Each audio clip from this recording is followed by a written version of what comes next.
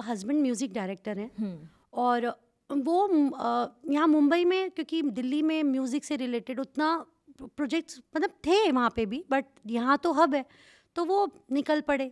एक फैमिली से होता है ना कि चलो मैं जा रहा हूँ काम से, मैं आऊँगा वापस या तुम आ जाना, जैसे भी होगा, जैसे भी आगे इन फ्यूचर जैसे भी प्लानिंग रहेगी अकॉर्डिंगली कर लेंगे। हाँ। तो मेरे हस्बैंड आ चुके थे, मतलब कि यहाँ पे रहते हुए उनको 5 साल, हाँ 6-7 साल हो गए होंगे थे, अराउंड। हाँ। 6-7 साल हो गए थे और मैं इंतज़ार में थी कि मुझे मुंबई नहीं आना था, क्योंकि क्यों? एक बड़ा रीज़न था मेरी मॉम, जो मुझे कभी कहीं आंखों से दूर जाने ही नहीं देंगी कभी। मतलब ऐसा हो गया था कि मैरिज भी मेरी हुई केरला में, तो उनको सबसे ज़्यादा दहशत यही थी कि आफ्टर मैरिज ना मेरी बेटी कहीं केरला ना चली जाए मेरे से दूर हो जाएगी, क्योंकि बेटियों का तो वो प्यार वही है ना, माँ के साथ एक अटैचमेंट। तो मुझे कहीं जाने कभी दिया ही नहीं उन्होंने। फिर तू कैसे रहोगे, क्योंकि वहाँ तो हमारी कोई फैमिली मुंबई में है नहीं। पर अभी तो ऐसा हो गया कि मुंबई में ज़्यादा फैमिली फ्रेंड्स सब यहाँ हो गया मेरा। पर उस समय में मुझे भी थोड़ा सा एक डर था, क्योंकि एक होता है ना कंफर्टेबल जोन पर में आप रहते हो। मैं एज ए म्यूज़िक टीचर वहाँ वर्क किया करती थी और उसके बाद मेरे पास कुछ गिने चुने प्रोजेक्ट्स ही थे, जैसे डोरेमोन हो गया, शिनचैन हो गया, और भी 2-4 ऐसे प्रोडक्शन हाउस थे जहाँ से मेरा वक्त निकल जाता था।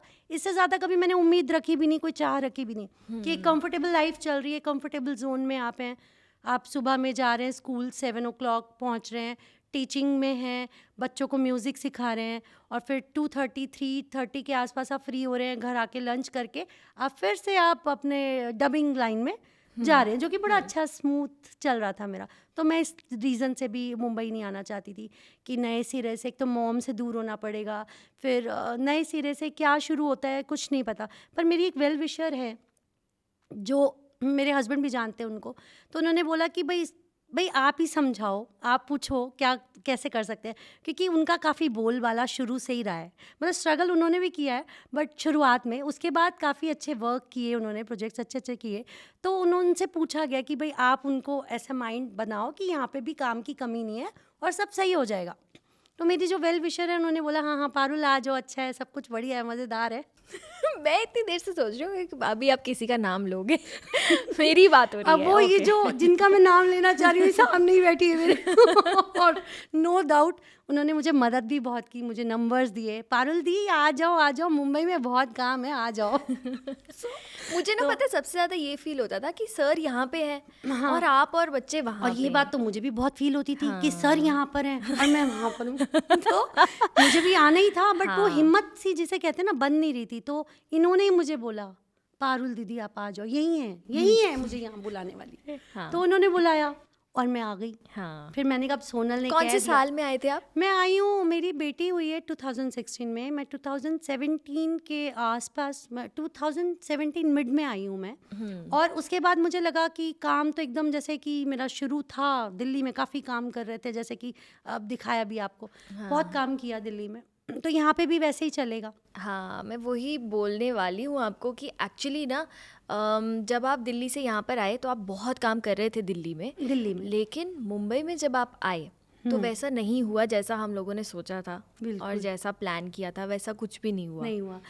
क्योंकि उसका रीज़न था कि उस समय पर नया जगह को एक्सप्लोर करने में समय लगता है, प्लस मेरी बेबी भी छोटी थी, 6-7 मंथ्स की थी, तो मुझे लगा कि थोड़ा सा ब्रेक भी मिल रहा है, क्योंकि अभी एक बार शुरुआत करनी है काम की, फिर करना ही है, और बेटी अभी छोटी है तो थोड़ा सा वक्त उसको दिया जाए। क्योंकि मेरे फर्स्ट टाइम जब मेरा बेटा हुआ था तब वो जब मैं प्रेग्नेंट थी, एक दिन पहले तक मैंने रिकॉर्डिंग्स कर रही थी मैं, अगले दिन डायरेक्टर्स कहते अरे रात को तो पारुल रिकॉर्ड कर रही थी, अगले दिन खबर भी आ गई है कि इसका बेटा हुआ है।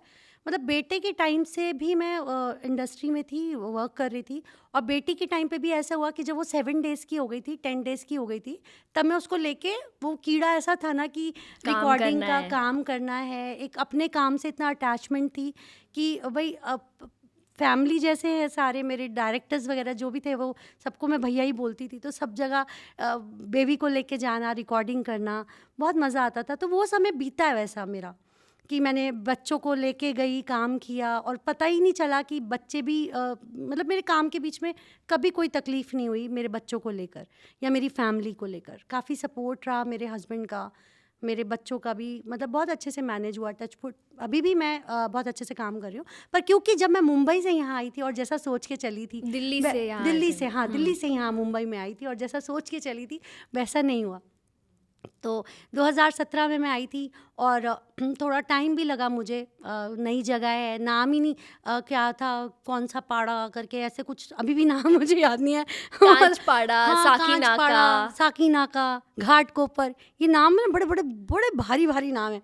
वो दिल्ली में तो सिंपल सी जगह होती है ना, आदर्श नगर, आदर्श नगर, रमेश नगर, रमेश नगर और पंजाबी बाग है ना, अपने ऐसे ऐसे नाम होते हैं। पर यहाँ पर थोड़ा समझने के लिए, जानने के लिए थोड़ा सा समय मैंने ले लिया, ज़्यादा ही ले लिया कुछ।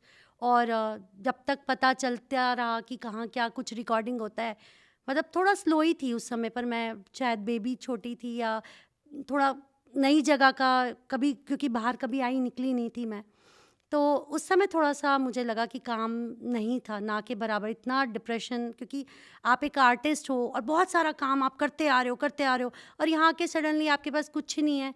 और क्योंकि आदत ऐसी थी कि कॉल करके मुझे बुलाया जाता था बड़े प्यार से, पारुल जी आज शाम को 4 बजे आना है, पारुल आप 8 बजे आ जाइए, पारुल ये आ जाइए। वो एक हैबिट पड़ी हुई थी कि हाँ मुझे अब कॉल आएगा तो मैं जाऊँगी।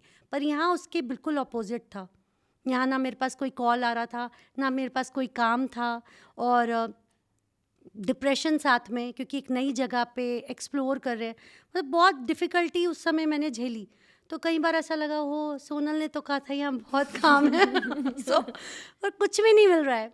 2-3 साल ऐसे ही निकले मेरे, बड़े डिप्रेशन में निकले। हाँ, पर मैं शिनचैन डोरेमोन, क्योंकि उसने मुझे बचा रखा था, क्योंकि वो वहाँ से चलता आ रहा था और वो लकीली, वो बाय गॉड ग्रेस, वो इधर मुंबई में भी हो गया और वो मैं कर रही थी। उसके अलावा मेरे पास कुछ नहीं था तब। पर अभी तो मतलब मेरी दाल गल चुकी है, खिचड़ी बस पकने ही वाली है, पक ही चुकी है, मतलब कि मैं मोटर माउस शो पर आ गई हूँ और क्या चाहिए। तो तब ये ऐसा मेरे साथ हुआ था जब बहुत डिफ़िकल्टीज मैंने झेली हैं उस समय पर। नहीं, तो शो पर और तो फिर आपको उसके आना ही था। बाद कोरोना आ गया। वो 2-3 साल और ऐसा हुआ कि कोरोना में तो स्टूडियोज़ ही बंद हो गए थे। वो हालत ही ऐसी हो गई थी कि बंद कर दिए थे काम। जिनके पास सेटअप है घर में, बस वही काम कर सकते। और लकीली कोरोना टाइम में मेरे पास बहुत काम आया, दिल्ली से भी, मुंबई से भी, क्योंकि मेरे घर में सेटअप था। मेरे हस्बैंड म्यूज़िक डायरेक्टर है, तो ऑलरेडी इन्होंने सेटअप घर में लगा के रखा होता है कोने में, जो बड़ा काम आया हमारे दोनों के।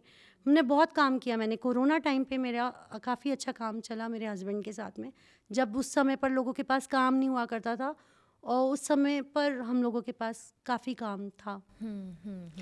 सो वो एक अच्छी चीज़ रही, अच्छी कह लीजिए, या जैसे भी। फिर अब But उसके at बाद least अब now you're all together, हाँ, family. अब सब सही है। अब तो मुझे ये जगह बहुत अच्छी लगती है, मुंबई बहुत अच्छा लगता है, और मुंबई के लोग बहुत अच्छे हैं, बहुत सपोर्ट करते हैं, और अब तो मुझे काम भी यहाँ अच्छे से मिल रहा है, सब बढ़िया तरीके से। मेरा काफ़ी नए नए प्रोजेक्ट सब मैं कर रही हूँ, और बस, और मैं यहाँ सोनल से मिल रही हूँ मिलना और क्या चाहिए।